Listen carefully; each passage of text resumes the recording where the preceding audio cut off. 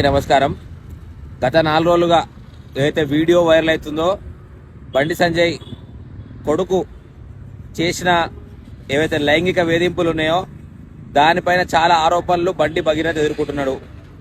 మాకందరికి కూడా రాష్ట్ర వ్యాప్తంగా పార్టీలకు అతీతంగా బండి సంజయ్ గారు అంటే చాలా గౌరవం ఉంది. బండి సంజయ్ గారు బెదిరించిండో బతిమలాడిండో ఈరోజు ఏం వారమన్నా రేపేం వారమన్నా అని ఏదో ఒక రకంగా పార్టీని ముందుకు తీసుకుపోయి భారతీయ జనతా పార్టీ ఈరోజు పార్లమెంట్లో కానీ అసెంబ్లీలో కానీ ఈరోజు కార్పొరేటర్లు కానీ ఇంతమంది గెలిచిరంటే బండి సంజయ్ పుణ్యాననే. అలాంటి బండి సంజయ్ మాకు జీటుగా ఎదుర్కొనేటప్పుడల్లా బండి సంజయ్ గారి మీద కొట్లాడేటప్పుడల్లా మాకు ఒక మజా వస్తుంది. బండి సంజయ్ గారు ధర్మం కోసం కొట్లాడుతుండు అని చెప్పి ఒక ఇంటెన్షన్ వాళ్ళ మీద ఉంది. కానీ బండి సంజయ్ గారు ఎక్కడ ఏ తప్పు చేసిందో తెలియదు, ఆ తప్పు జరిగిందో లేదో కూడా తెలియదు. కానీ తీవ్ర ఆరోపణలు బండి భగీరథ ఎదుర్కొంటున్నాడు. నిజంగానే బండి భగీరథ తప్పు చేసి ఉంటే సంజయ్ అన్న నీకు ఒక మాట చెప్తున్నా, నీకు చాలా మర్యాద ఇస్తారు అందరూ.